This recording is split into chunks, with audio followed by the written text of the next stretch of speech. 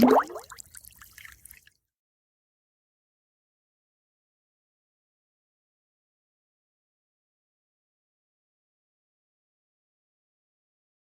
the early months of 2025, it's felt like every other week.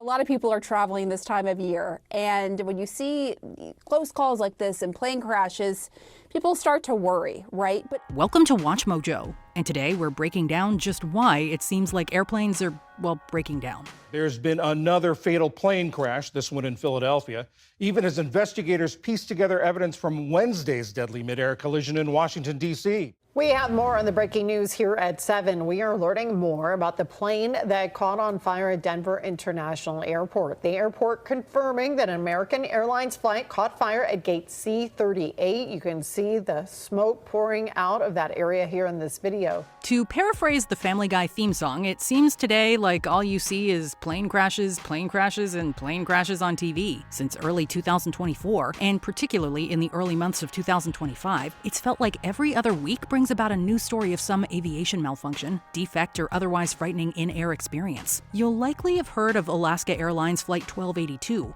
or maybe a little less formally, that flight where a freaking door blew off after takeoff. You can hear the wind as those passengers were coming back in after that pilot declared an emergency landing. Clearly some issue where that portion of the wing, or of the side of the aircraft rather, blew out. Now this is a 737 MAX 9. It's an aircraft that was just put into service in November of this year. Now, on January 5th, 2024, an unassuming Alaska Airlines flight departed from Portland, Oregon on its way to Ontario, California at 5:06 p.m. 6.5 minutes later, a poorly installed door plug separated from the plane's airframe, resulting in an uncontrolled decompression. Thankfully, no one was seriously injured during the incident, and the flight safely returned to Portland International Airport just 20 minutes after it had taken to the skies. The accident created a media firestorm, and a subsequent investigation revealed that Boeing, manufacturer of the offending machine, had taken a lax approach to quality control procedures. Flight 1282 severely damaged Boeing's credibility and stoked mass panic about the safety of flying. The preliminary NTSB report found the plane's fuselage was delivered to Boeing with defective rivets, which required removal of the door panel to fix.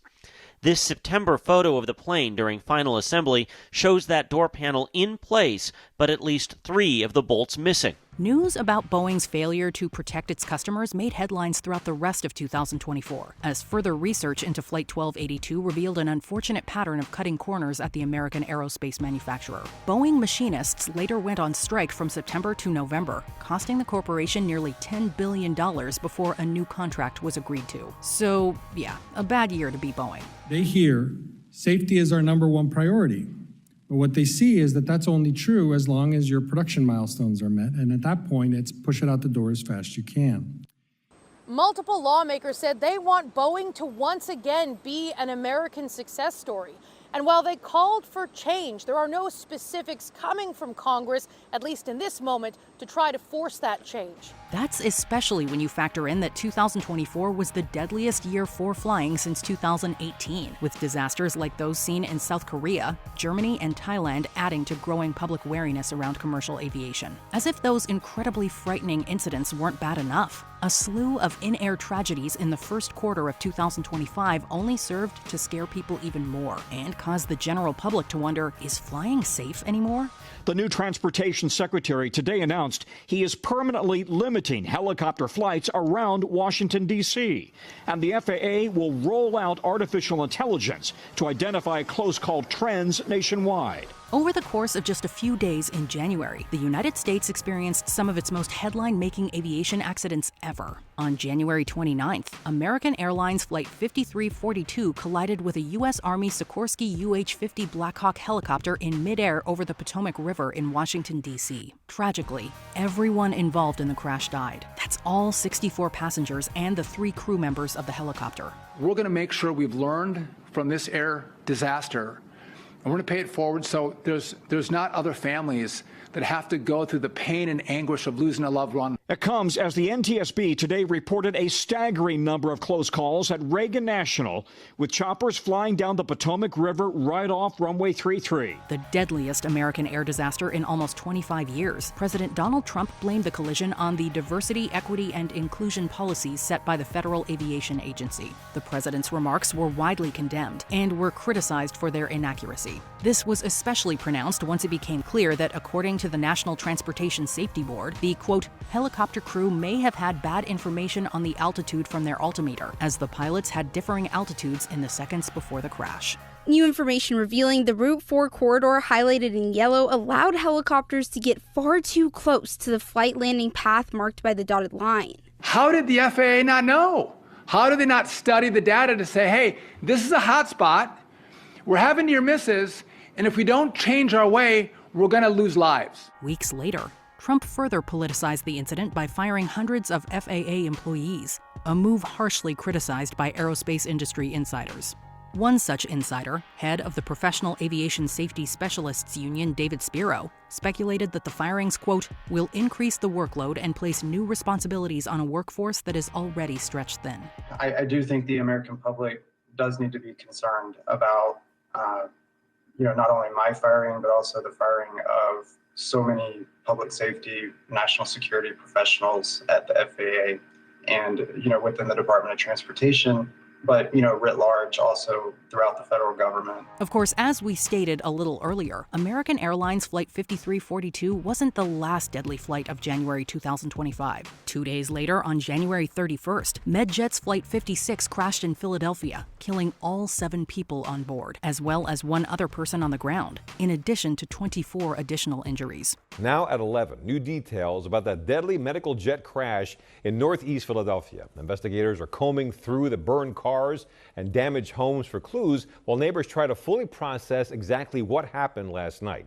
The latest on the investigation into what caused that aircraft to go down just moments after takeoff. Air travelers faced yet another scary headline a few weeks later. On February 17th, Delta Connection Flight 4819, arriving in Toronto from Minneapolis, crashed and overturned on the runway. Miraculously, no one was killed, although 21 people reported injuries, but all were discharged from hospitals in just a few days. While consumer confidence in air travel remains at a respectable level, there are signs that people are becoming increasingly wary of planes. According to an Associated Press poll, approximately 6 in 10 people surveyed, quote, say traveling by plane, car, or foot is very or somewhat safe. The poll also found that the public has little confidence in the federal government to maintain air safety.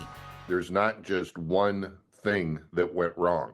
There may be one thing that stands out above all others, but there's always going to be a number of things that aligned up that allowed this accident to occur. So all of this begs the question, are planes crashing more often? While there have, of course, been a number of high-profile incidents over the course of the past year or so, that doesn't necessarily mean that airplanes are altogether any less safe than they have been in the past. The BBC, analyzing U.S. and worldwide trends in aviation data, quote, found that over the past 2 decades, there has been a general downward trend in air accidents.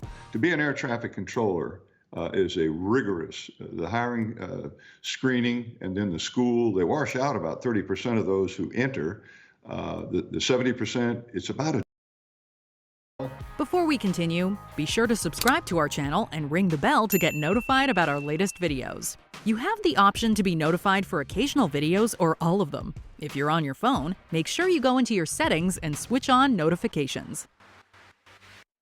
According to the National Transportation Safety Board, quote, NTSB data shows a general fall in air accidents in the U.S. from 2005 to 2024, despite a significant increase in the overall number of flights over this period. That's in addition to data from the International Civil Aviation Organization, or ICAO, a UN body that backed up evidence of such a downward trend, even when considering their broad definition of what constitutes an air accident. Said Sir David Spiegelhalter, Emeritus Professor of Statistics at the University of Cambridge, quote, random events do not occur evenly. They tend to cluster. So unfortunately, we can expect aircraft accidents to appear to be connected even when they are not.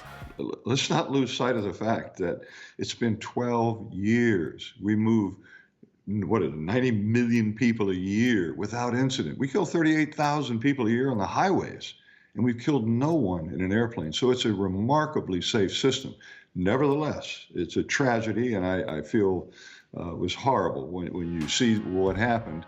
Similarly, The Telegraph's Greg Dickinson has spoken to how these statistics can seem simple and straightforward, but are actually highly nuanced and complex. Said Dickinson, quote, "It is worth considering that accidents have always occurred at 35,000 feet, but we have greater awareness of these with the proliferation of smartphones and social media. If every incident, however minor, is captured on video and posted online, the upshot is a skewed sense of flying becomes less safe, but the opposite is in fact true." Yes, 2024 was a deadly and tragic year for aviation, but Dickinson is quick to point out that airplanes have actually never been safer and more accident-free. John Grant, an employee at the flight database and statistics company OAG, is quoted as saying, quote, "In 2024, there were over 37 million scheduled flights operated by airlines around the world, and the number of major incidents could be counted on two hands." As such, it seems that given the available information, human error is largely to blame for the painful aviation debacles we've talked about today. Obviously, these incidents are,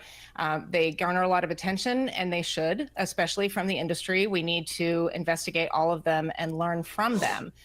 But as the flying public, I think it's really important to understand what goes on behind the scenes that you don't really see as a flying passenger. In fact, according to pilot Brian Smith, quote, "So improved has been technology that human factors like pilot error have overtaken mechanical or system failure as the main cause of accidents." So you can take a sigh of relief and make sure your seatbacks and tray tables are in their full upright position. There is an enormous amount of effort, a variable alphabet soup of programs that ensure your safety, that collect information on every kind of hazard and risk, that close the loop on that and make sure that those are mitigated.